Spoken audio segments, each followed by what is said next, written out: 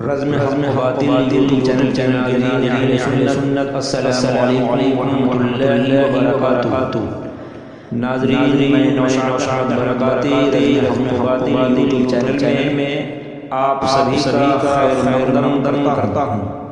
ہمارے اس چینل سے جڑے رہنے کے لیے ہمارے اس چینل کو سبسکرائب کریں، لائک کریں اور شیئر کریں۔ برادران اہل سنت السلام علیکم۔ حضرات، آج میرا موضوع ہے افضلیت شیخین کے منکرین اہل سنت سے خارج اور یقیناً رافضی ہیں۔ یہ تیسری قسط ہے۔ اس سے قبل دو قسطوں میں ہم قوی دلائل سے سورج کی طرح روشن اور واضح کر چکے ہیں کہ نام نہاد مولائیوں یعنی تفضیلی روافض کا سرغنہ صفتین اور اس کا اندھا طرفدار متع کی پیداوار عبداللہ ابن سبا کا فضلہ خار نہایت غلیظ اور ناپاک رافضی کامران ابن سرور چرسی بے شک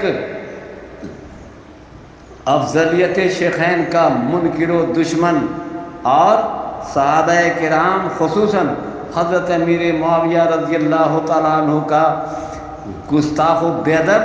اور سخت دشمن ہونے کی وجہ سے بلا شک اہل سنت سے خارج اور بدترین قسم کا رافضی ہے۔ مزید عرض کروں گا کہ سبتین کی جانب سے اس کے اندھے حامیوں کے چند ایسے ویڈیوز میرے پیش نظر ہیں جن میں سبتین کی مرضی و منشا کے مطابق حضرت امیر معاویہ رضی اللہ تعالیٰ عنہ کے ایمان و اسلام کا انکار کرتے ہوئے حضرت امیر معاویہ رضی اللہ تعالیٰ عنہ پر جی کھول کے تبرہ بازی کی گئی ہے۔ ان میں سے شاہد سعدی رافضی کا کہنا ہے کہ معاویہ اور اس کا باپ ابو سفیان دونوں باغی تھے کیونکہ وہ علی کے دشمن تھے، معاذ اللہ رب العالمین۔ یہ ویڈیو یوٹیوب پر موجود ہے۔ ویسے ہی غلاظت کا یہ کیڑا غلیظ و خبیث رافضی کامران ابن سرور چرسی نے تو بہت سارے ویڈیوز میں بڑی بے شرمی و بے حیائی کے ساتھ حضرت امیر معاویہ کو مولا علی کا اور اہل بیت اطہار کا دشمن قرار دیا ہے، جس کا ہم زیر بحث عنوان کے تحت دوسری قسط میں رد بلیغ کر چکے ہیں۔ یہ تفضیلی رافضیوں کا ناپاک گروہ کفر بکنے میں مہارت تامہ رکھتا ہے، چنانچہ اسی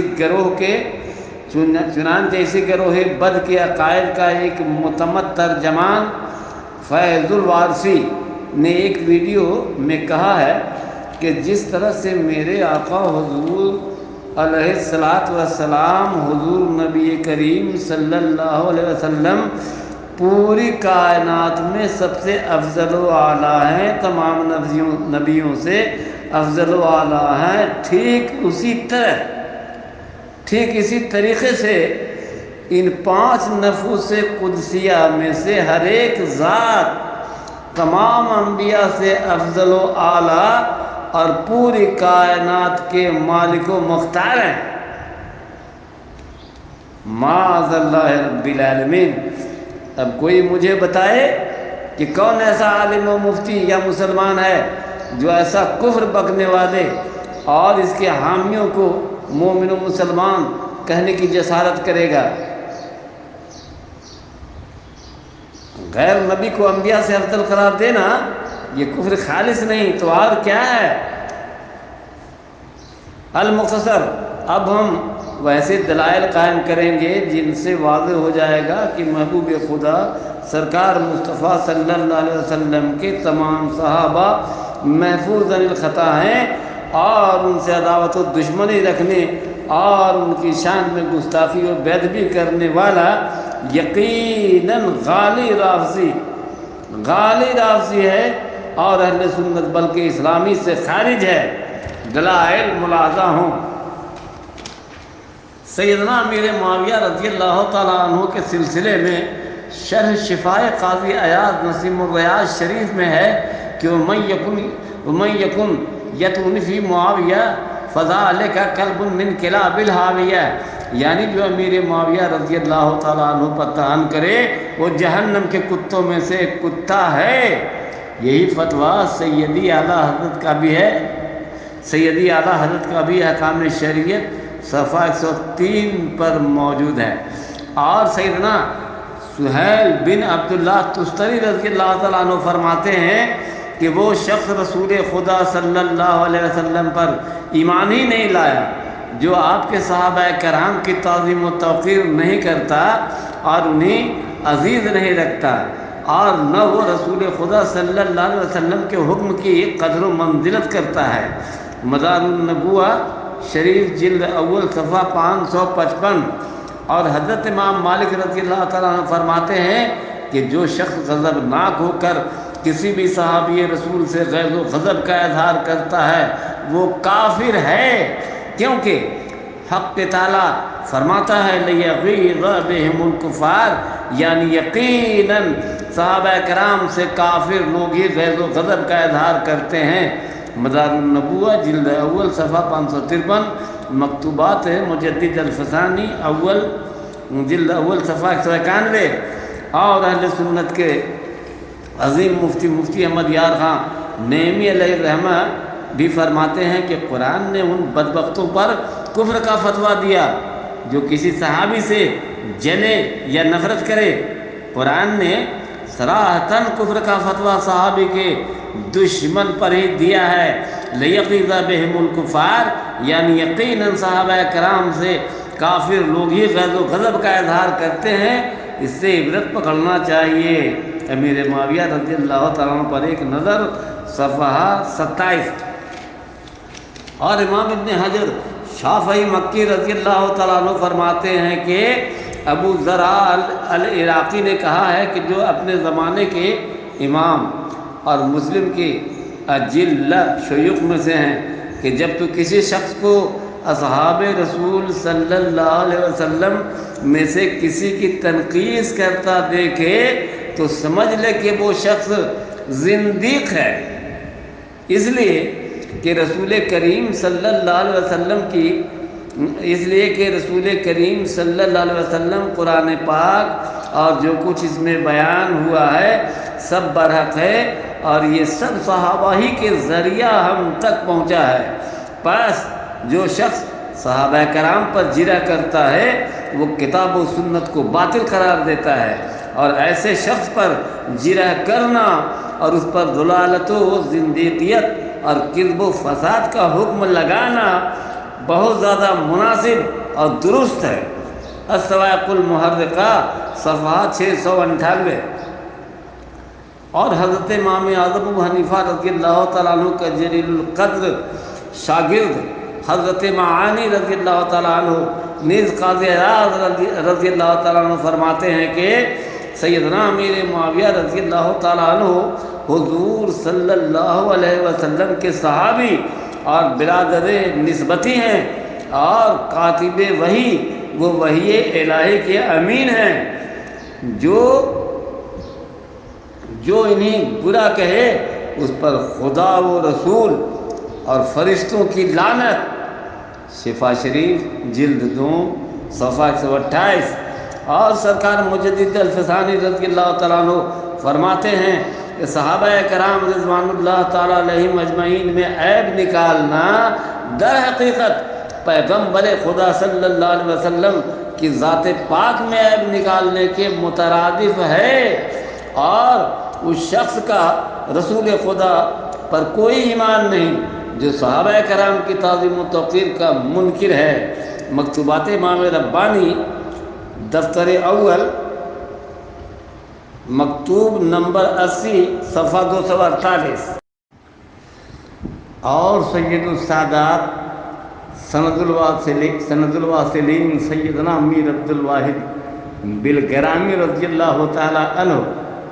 اپنی مقبول بارگاہ رسالت کتاب سبع سنابل شریف میں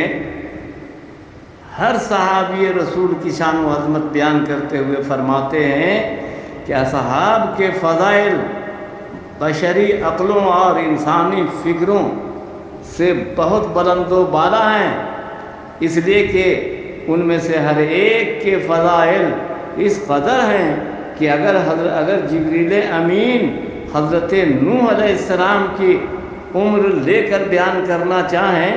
تو پورا نہ کر سکیں گے۔ سبع سنابل شریف صفحہ 68۔ اور غوث المحققین قطب ربانی سیدنا مجدد الفیضانی رضی اللہ تعالیٰ عنہ حضرت امیر معاویہ رضی اللہ تعالیٰ عنہ کی شان و عظمت بیان کرتے ہوئے فرماتے ہیں کہ کسی شخص نے عبداللہ بن مبارک رضی اللہ تعالیٰ عنہ سے پوچھا کہ معاویہ رضی اللہ تعالیٰ عنہ افضل ہیں یا عمر بن عبدالعزیز رضی اللہ عنہ؟ آپ نے جواب دیا کہ وہ غبار جو رسول اللہ صلی اللہ علیہ وسلم کی معیت میں حضرت امیر معاویہ کے گھوڑے کی ناک میں داخل ہوا، وہ حضرت عمر بن عبدالعزیز رضی اللہ تعالیٰ عنہ سے ہزاروں درجہ افضل ہے۔ مکتوبات مجدد الفیضانی جلد اول صفحہ 454۔ اور امام نووی شارح مسلم فرماتے ہیں کہ حضرت امیر معاویہ رضی اللہ تعالیٰ عنہ عادل، فاضل اور بہترین صحابہ کرام میں سے ایک ہیں، اور وہ لڑائیاں جو ان کے اور دوسروں کے مابین ہوئیں تو ان میں ہر ایک فریق کے لیے شبہ تھا، جس کی وجہ سے جس کو وہ اپنے طور پر حق سمجھتے تھے، اور ہر فریق بہرحال عادل ہے، اور ان کے باہم جنگوں میں اپنی اپنی تعویل ہے۔ ان میں سے کوئی بات ایسی نہیں جو ان کی عدالت کو ختم کر دیتی ہو، کیونکہ وہ مجتہد تھے اور اجتہادی مسائل میں ان کا اختلاف ہوا، جیسا کہ ان کے بعد آنے والے مجتہدین کے مابین کئی ایک مسائل میں اختلاف ہونے کے باوجود یہ بات ان میں نقص کا سبب نہیں بنتی۔ مسلم شریف عن نووی جلد 2 صفحہ 272، نور محمد کراچی۔ اور دشمنان امیر معاویہ رضی اللہ تعالیٰ عنہ کا علمی محاسبہ جلد اول صفحہ 85۔ اور قاضی عیاض رضی اللہ تعالیٰ عنہ نے اپنی الشفا میں کہا ہے کہ امام مالک رضی اللہ تعالیٰ عنہ کا قول ہے کہ جس نے حضور صلی اللہ علیہ وسلم کے صحابی کو، چاہے وہ ابو بکر ہوں یا عمر و عثمان، اور چاہے امیر معاویہ یا عمر بن العاص رضی اللہ عنہم، پس اگر گالی ان الفاظ سے دی کہ وہ گمراہی یا کفر پر تھے تو اسے قتل کر دینا چاہیے۔ مکتوبات امام ربانی دفتر اول مکتوب نمبر 251 صفحہ 57 کا، مکتوب نمبر 251۔ اور دشمنان امیر معاویہ رضی اللہ تعالیٰ عنہ کا علمی محاسبہ صفحہ 83۔ اور حضرت علامہ عبدالوہاب شارانی رضی اللہ تعالیٰ عنہ فرماتے ہیں کہ صحابہ کرام کے مابین جو اختلافات ہوئے ان میں خاموشی لازم ہے، اور یہ اعتقاد واجب ہے کہ وہ اجر و ثواب کے مستحق تھے۔ یہ عقیدہ اس لیے ضروری ہے کہ تمام صحابہ کرام عادل تھے، اس پر اہل سنت کا اتفاق ہے، خواہ ان میں سے کوئی فتنہ سے دوچار ہوا یا بچا رہا، جیسا کہ حضرت عثمان و امیر معاویہ کا معاملہ اور جنگ جمل کا واقعہ۔ یہ لازم اس لیے بھی ہے کہ ہمیں صحابہ کرام کے بارے میں حسن ظن رکھنا ضروری ہے، اور ان کے ایسے معاملات کو ان کی اجتہادی رائے پر ماننا پڑے گا، کیونکہ ان امور کا دار و مدار ہی اجتہاد پر تھا، اور ہر مجتہد اپنے طور پر ثواب پر ہی ہوتا ہے، یا ثواب ہر ایک ثواب پر ایک ہی ہوتا ہے، اور خطا والا معذور بلکہ اجر و ثواب کا حقدار ہوتا ہے۔ علی واقعۃ الجواہر جلد 2 صفحہ 77، اور دشمنان امیر معاویہ رضی اللہ تعالیٰ عنہ کا علمی محاسبہ صفحہ 89،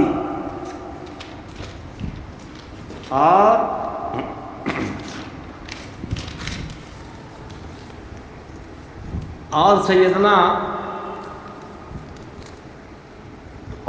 امام غزالی رضی اللہ تعالیٰ عنہ فرماتے ہیں کہ اہل سنت کا اعتقاد یہ ہے کہ تمام صحابہ کرام عادل تھے اور وہ قابل تعریف تھے، جیسا کہ اللہ پاک نے اور اس کے رسول مقبول نے ان کی تعریف کی ہے۔ اور وہ جھگڑا جو معاویہ اور علی المرتضیٰ کے درمیان ہوا، اس کا دار و مدار اجتہاد پر تھا، یہ نہیں کہ امیر معاویہ نے امامت کے حصول کی خاطر یہ جنگ کی تھی۔ دشمنان امیر معاویہ رضی اللہ تعالیٰ عنہ کا علمی محاسبہ صفحہ 79، اور شہنشاہ بغداد سرکار غوث اعظم سیدنا عبدالقادر جیلانی رضی اللہ تعالیٰ عنہ فرماتے ہیں کہ رہا امیر معاویہ اور حضرت طلحہ اور حضرت زبیر رضی اللہ عنہم کا معاملہ، تو وہ بھی حق پر تھے، اس لیے کہ وہ خلیفہ مظلوم کے خون کا بدلہ لینا چاہتے تھے، اور قاتل حضرت علی رضی اللہ تعالیٰ عنہ کے لشکر میں موجود تھے۔ پس ہر فریق کے پاس جنگ کے جواز کی ایک وجہ موجود تھی۔ غنیت الطالبین شریف صفحہ 165، اور فرماتے ہیں سرکار غوث پاک رضی اللہ تعالیٰ عنہ کہ اگر میں حضرت امیر معاویہ کے راستے میں بیٹھا ہوں اور ان کے گھوڑے کے پیر کی خاک اڑ کر مجھ پر پڑ جائے تو میں سمجھوں کہ یہی میری نجات کا وسیلہ ہے۔ مشکات حقیقت صفحہ 10۔ اور خود سیدنا حضرت امیر معاویہ رضی اللہ تعالیٰ عنہ فرماتے ہیں کہ لیکن کیا تم نہیں جانتے کہ حضرت عثمان رضی اللہ تعالیٰ عنہ مظلوماً شہید کر دیے گئے، اور میں ان کے چچا کا بیٹا ہوں، اور ان کے قصاص کا مطالبہ کرنا اور ان کے قصاص کا معاملہ میرے سپرد ہے۔ اور آپ رضی اللہ تعالیٰ عنہ کے اس بیان سے یہ حقیقت واضح ہو جاتی ہے کہ آپ کی حضرت مولا علی مولائے کائنات رضی اللہ تعالیٰ عنہ کے ساتھ جنگ طلب اقتدار اور حصول خلافت کی خاطر نہیں تھی، بلکہ قصاص حضرت عثمان رضی اللہ تعالیٰ عنہ کا مسئلہ تھا، جیسا کہ آپ نے ارشاد فرمایا کہ میرا حضرت علی سے قتال صرف قصاص حضرت عثمان کے معاملہ میں ہوا۔ یہ کہاں ہے؟ یہ عبارت کہاں ہے جو بھی میں نے سنایا؟ سرکار نور کی پاک و مطہر کتاب دلیل الیقین میں صفحہ 155 پر ہے۔ آرزو اشرفی بارکاتی، کولکاتہ۔